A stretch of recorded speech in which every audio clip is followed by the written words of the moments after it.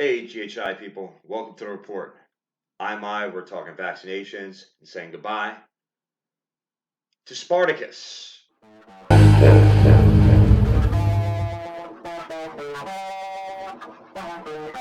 with that, I just have two more words to say. Semi-automatic. Welcome to the GHI report. How y'all doing out there? We're going to talk about the vaccination bill here in New Jersey yesterday that actually was not voted on. Most of this information I'm going to tell you now is reported by Tracy Tolley of the New York Times. And then I'm going to just talk about a couple other things that have to do with it, citing some things. The New York Times' Tracy Tolley reported the bill would have fell short by one vote. The State House adjourned at 6 p.m. without voting on the measure, meaning parents will continue to be able to cite religious objections to mandatory vaccinations, thus not affecting the enrollment of their children in school.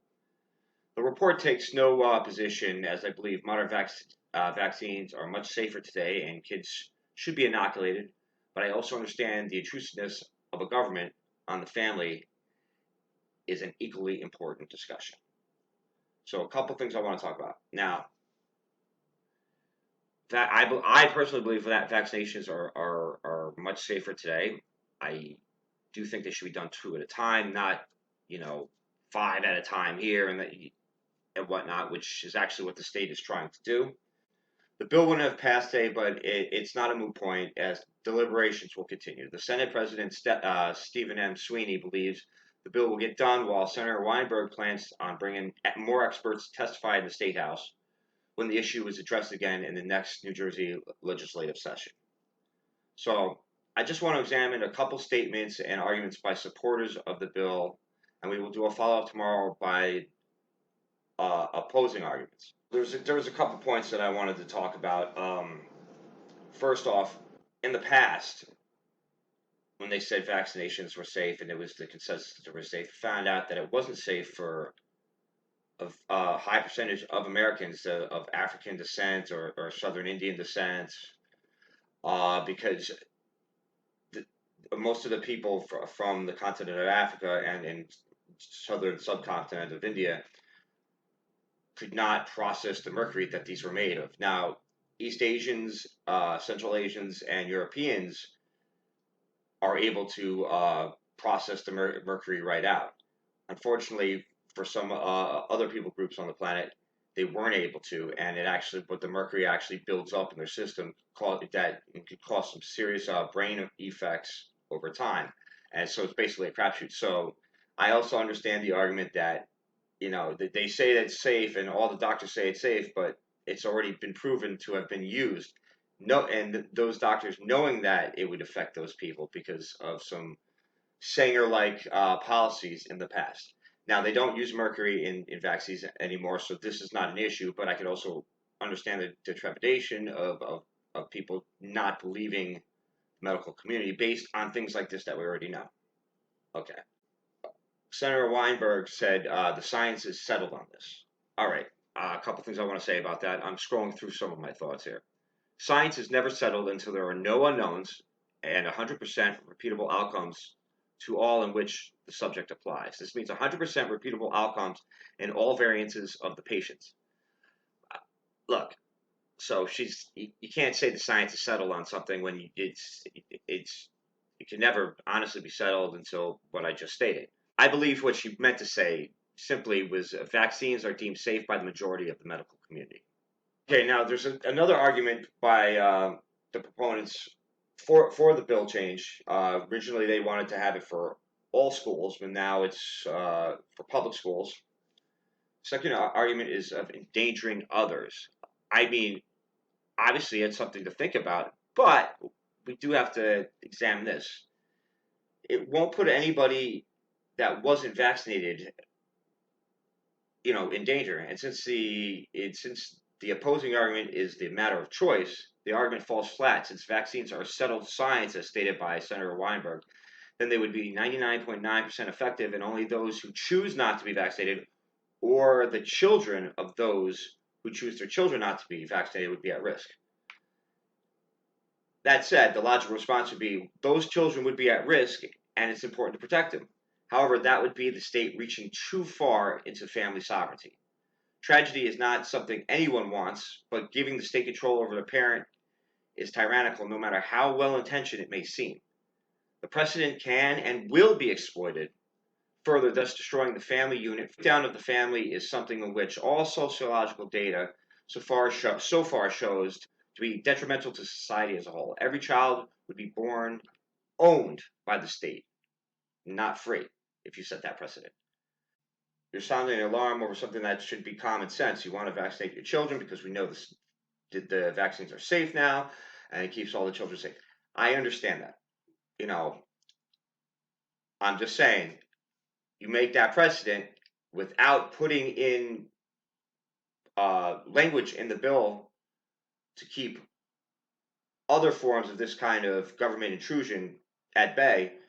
You can't pass the bill. So if you want the bill passed, do the work. But that's just one side of the argument. Like I said, tomorrow we're going to go the other way because both sides have good points and bad points. Now, the legislation does leave exemptions as to dangers due to weakness of the immune system, for one, to be identified by the physician. And then the physician would fill out the necessary documents explaining this. A lot of doctors don't like to do more than 2 at a time. And for reasons they cite, is there's an added risk of, fevers and sickness, dehydration, and other things that could lead to other conditions. And they simply cite by doing 2 at a time, this almost entirely eliminates the risk of that, except in the rarest of instances. Do that. Now, if they wanted to do that for every patient, they would have to fill out all these damn forms. And, let the doctors be the doctors, okay? It's one thing to require the vaccinations. The state wants to require the vaccination. If that's what if that's passes, that's why we have the government, okay? I'm not saying for or against. But the government itself has to stay out of the way of the physician doing their practice. And just because you have one physician putting their point of view out, that doesn't give the government the right to create a bureaucratic nightmare for this. So that's a pitfall. That was kind of stuck into the bill. They need to fix that too. So if they want this to pass, they're gonna have to fix that because it's a big hassle that the state doesn't need to be involved in. It's just another overreach. These are just some thoughts I had. Okay, well, that was a pretty shitty report by me. No, I apologize now because there's gonna be some chopping up because this was kind of like I've been doing a bunch of other things and I wanted to get this report out last night and this morning, and so now I'm gonna have to chop it up. Stay tuned for our farewell to Cory Booker. Just spin the report. Open Doors USA, smuggling Bibles into North Korea. Oh, in the face.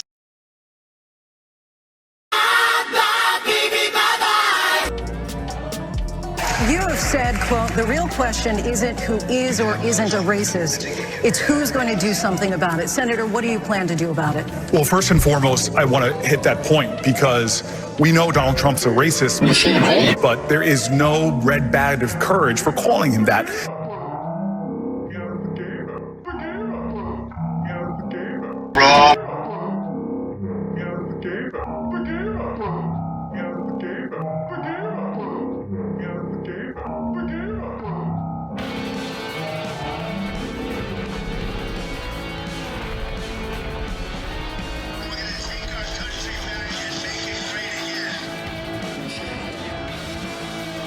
If I am president of the United States, we will create an office in the White House to deal with the problem of white supremacy and hate crimes.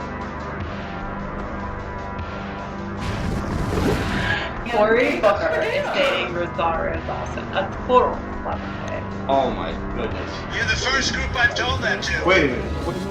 Bianca Gaba. Yeah, Bianca Gaba.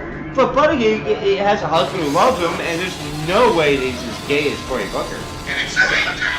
He already took the gay vote. So Corey had to make a decision.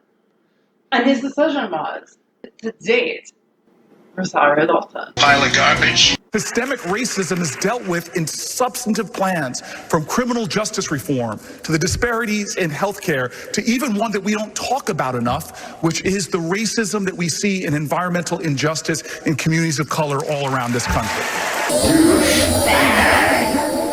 That was all you.